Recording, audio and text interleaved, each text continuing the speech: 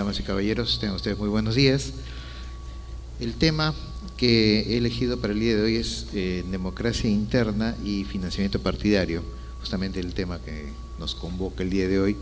Dos temas que han suscitado bastante interés durante el debate previo a nivel de grupo de trabajo y que fue parte del trabajo conjunto que tuvimos entre los tres organismos electorales al momento que se presentó la propuesta unitaria.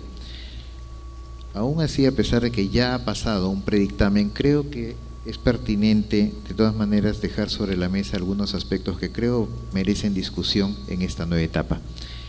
No es que se haya agotado el debate, falta todavía la discusión a nivel de Comisión de Constitución y finalmente el debate en el Pleno, de modo que creo que todavía tenemos espacios para emitir algunas opiniones y sobre todo sustentar el por qué insistimos en puntos como este.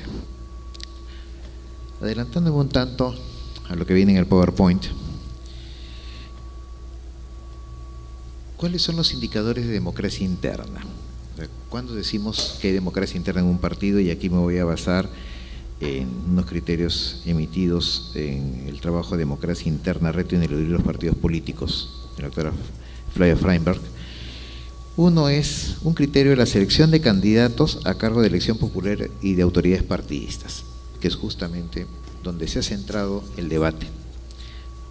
Otro criterio o indicador, la participación de minorías y sectores sociales subpresentados, mujeres, jóvenes, grupos étnicos, etcétera, en el proceso de toma de decisiones y en la definición programática del partido. Y tercero, la rendición de cuentas de los candidatos, cargos públicos y autoridades del partido a las bases. Como verán, en realidad la discusión se ha centrado más en el primer punto, y en realidad la estamos centrando allí porque creemos que es el momento en que debemos tener procedimientos transparentes para la elección de los candidatos. Y transparentes en el sentido de que el público vea de que no hay nada oculto y dos, los candidatos se hagan legitimados, evitando posteriormente el tener que estar retirando candidatos, cambiando, etcétera. Esto permitiría que los candidatos electos, por cualquiera de las modalidades que se elijan, nazcan con una partida de nacimiento limpia. Con esto ganaríamos bastante y evitaríamos traspiés durante el proceso. Creo que está demorando.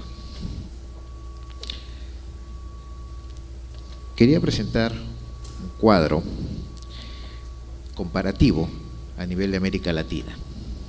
Ya que no tengo el PowerPoint, voy a comenzar a citar por países. En Argentina, ¿tenemos elecciones internas obligatorias? Sí, es más, son organizadas por el Estado, son simultáneas, abiertas y obligatorias para todo el electorado.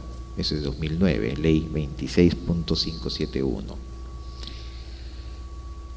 Bolivia, no lo especifica, sin embargo dice en la ley 1983, el estatuto orgánico del partido debe contener los procedimientos democráticos para la elección de candidatos a cargos electivos nacionales o municipales. Es decir, no especifica exactamente el mecanismo. Brasil, no, la ley 9.096 del 95 dice que no, pero indica que el estatuto debe contener, entre otras, normas sobre condiciones y formas de escoger sus candidatos a funciones selectivas.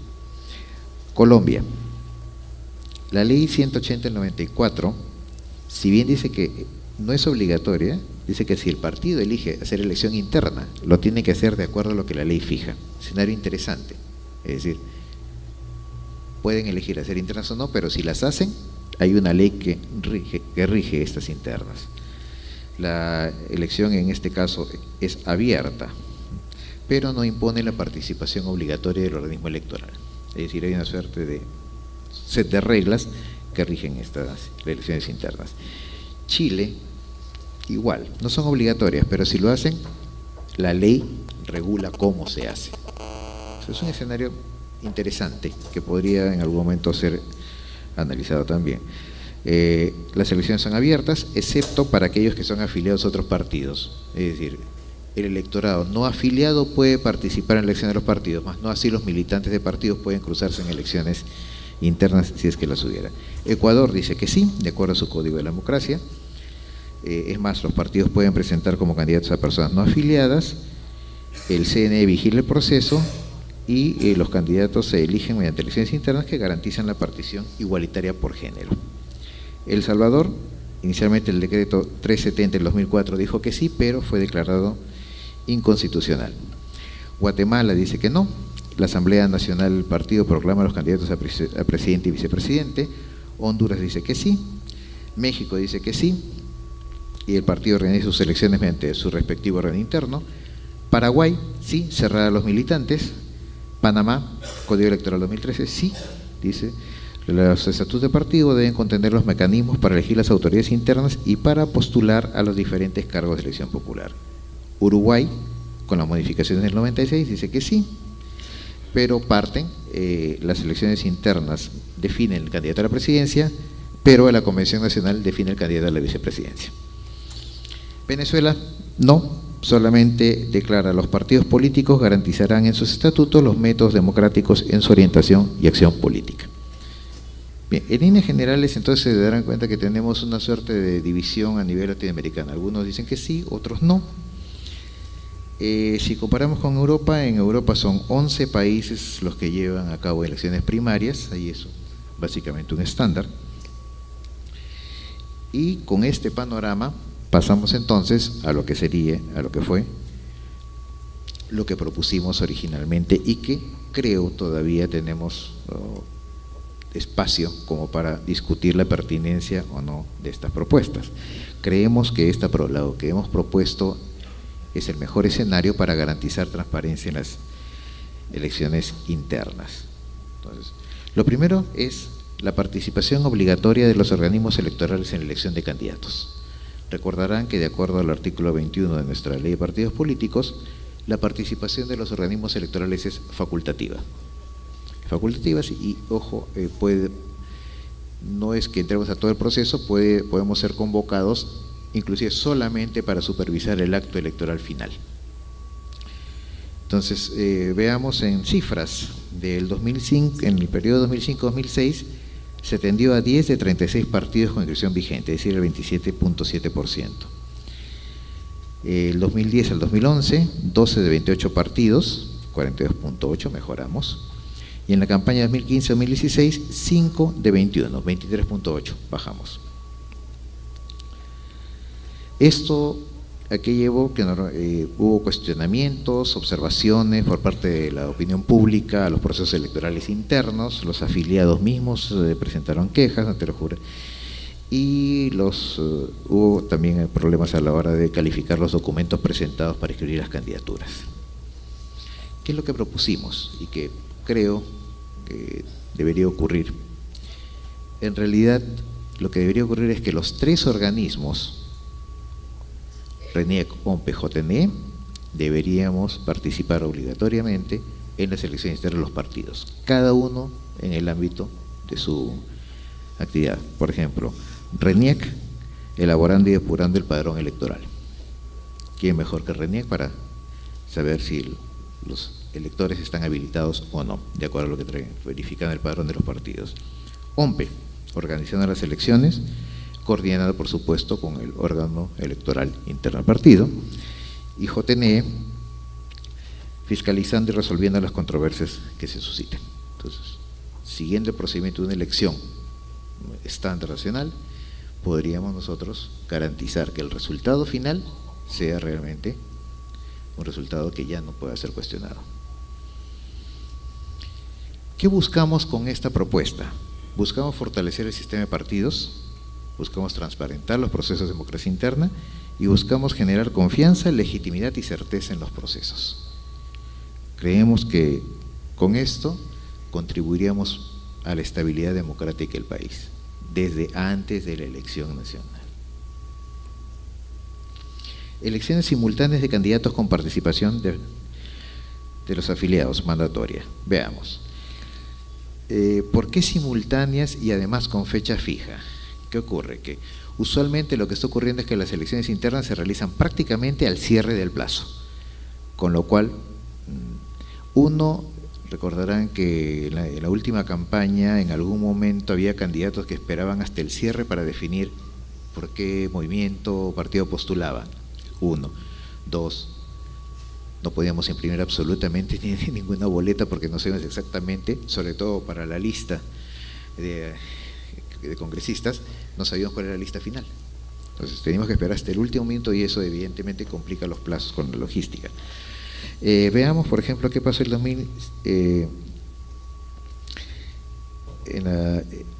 año para presidente. Para el 2015 hubo 24 procesos electorales, 19 de ellos sobre la fecha límite. Para el 2015-2016, para congresistas, 26 procesos electorales, 19 de ellos sobre la fecha límite. Básicamente estamos esperando hasta el final. Yo creo que lo mejor es que haya una fecha simultánea para las elecciones internas, en cualquier versión que vaya a ocurrir. Porque de esta manera evitamos también esa suerte de libro de pases entre partidos. O sea, todo candidato debe definir a determinada fecha dónde va a postular, no estar esperando hasta el último minuto para definirse. Y eso, de paso, también nos da estabilidad y nos da a nosotros la tranquilidad de poder trabajar con tiempo. Si vamos a una dispersión de lo que ocurrió, por ejemplo, en la campaña de 2005-2006, para presidentes las elecciones, la fecha límite fue el 19 de diciembre y se aperturó el plazo el 11 de octubre. En octubre un solo partido hizo su elección, en noviembre dos y en diciembre, entre el 4 y el 18, todos los demás. En cuanto al Congreso, repito, era del 11 de octubre al 19 de diciembre, era del 11 de octubre al 18 de enero, en diciembre 5 partidos hicieron su elección y en enero 5 más.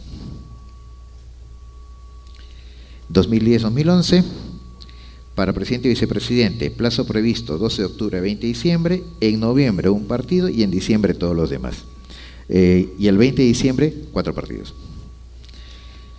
En cuanto al Congreso, para el mismo periodo, era del 12 de octubre al 19 de enero, todos en enero. 3 de ellos el 19 de enero.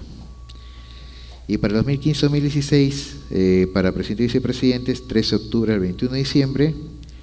De los 5, 1 lo hizo en octubre, los otros 4 en diciembre, 2 de ellos justo al cierre, el 20. En cuanto al Congreso, era del 13 de octubre al 20 de enero, 2 lo hicieron en diciembre y un partido lo hizo en enero. Entonces, comprenderán que esta suerte de acumulación al final crea bastantes problemas de funcionamiento. ¿Qué es lo que proponemos? Que para las elecciones generales, las internas se realicen el primer domingo de diciembre del año anterior a las elecciones. Fecha fija, todos se preparan, nos preparamos los organismos electorales y actuamos como si fuera una elección nacional prácticamente, con la logística que ya conocemos. Y para regionales y municipales, el primer domingo de junio del año de las elecciones. Entonces, de esta manera tenemos tiempo para trabajar. Además, proponemos que la convocatoria de elecciones internas sea simultánea a las elecciones generales o regionales y municipales, con 240 días de anticipación a la jornada electoral. De esta manera también nos facilita gestionar el presupuesto para esta actividad. Y por otro lado, que las alianzas sean definidas con 60 días de anticipación a la jornada de elecciones internas, es decir, las internas se realizan para la alianza. Y 60 días antes de las elecciones internas ya debemos saber cuáles son las alianzas, para que se puedan presentar las listas, depurar lista de candidatos, padrón conjunto, etcétera. Ahora bien, siguiente propuesta: elección simultánea de candidatos con participación de afiliados o no afiliados. ¿Qué ocurre? En este momento tenemos, si revisamos los estatutos de los partidos, tenemos 0 partidos que registran voto con afiliados y no afiliados. Tenemos 3 partidos que registran voto de solo afiliados. Tenemos 14 partidos que usan la asamblea de delegados y 4 partidos que no precisan qué modalidad usan para la democracia interna. Esto es estatutos recibidos mediante oficio JNE del 21 de julio de 2015, por si acaso. Entonces, ¿qué es lo que se propone? Que las elecciones internas pueden inclusive ser abiertas, es decir, participan los militantes y también aquellas personas que deseen participar, claro, previo empadronamiento en qué partido desean participar. Ya hay experiencias de esto en otros países. El detalle es que hay que hacer este padrón para evitar que una persona esté votando en 2 o 3 partidos, es decir, defina dónde quiere votar. Número 1, sobre todo si es elección en día único, y 2, evita una suerte de asalto, entre comillas, porque podría producirse un movimiento de personas tratando de votar en determinado partido para influir en la decisión final. Entonces, esto requiere un empadronamiento. Estamos hablando a nivel de partidos, en este momento, de algo así como 1.470.929 afiliados entre todos. Ese sería el universo electoral de afiliados. Faltaría agregar el de no afiliados que quisieran votar. En cuanto a la proporción, proponemos que 80% de los candidatos deben ser elegidos en elecciones internas y un 20% designado entre ciudadanos no afiliados, los llamados invitados externos, pero estos invitados externos deben ser elegidos por un órgano colegiado, no por una persona. Pero un órgano que le hace Asamblea Nacional, Comité Central, etcétera, es el que debe definir. El voto preferencial creo que está un poco en discusión porque cumplió su función en su momento, es decir, rompió el orden que se presentaba en algún momento por elecciones no diría transparentes, pero no muy ordenadas. Pero el voto preferencial ha llevado a que en realidad, en lugar de que el partido haga campaña, tenemos diferentes marcas asociadas al partido haciendo campaña que muchas veces sobrepasan a la marca partido, es decir, se convierte en campaña de personas antes que de partidos e ideas. Entonces lo que proponemos es que la prelación en la lista se defina al interior de estas primarias. Es una idea que dejamos en la palestra. En cuanto a cuota de género, originalmente propusimos que no fuera inferior al 30% la cuota de género.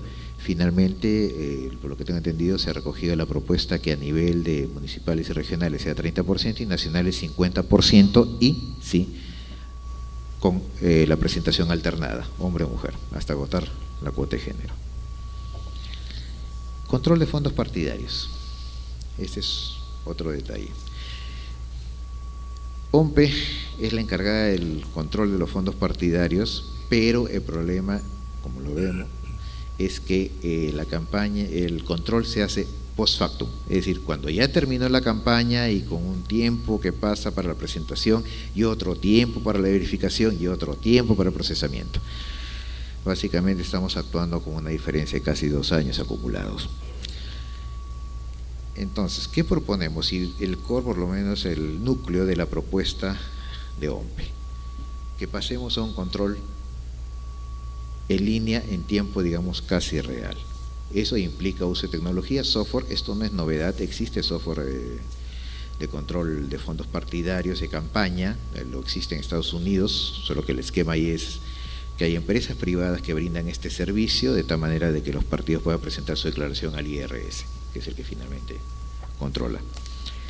Aquí lo que propone es que la OMPE proporcione este servicio. Es una plataforma por la cual los partidos puedan ir registrando sus ingresos y egresos a medida que van ocurriendo. Y por supuesto este software puede conectar con, por ejemplo, SUNAT, SUNARB, etcétera, como para ir detectando, por ejemplo, aportes anómalos, aportes de personas, como se ha dicho también, como hay varias limitaciones sobre quiénes son los aportantes, contra estas listas para avisar a tiempo al partido de que, oye, cuidado, están recibiendo un aporte extraño.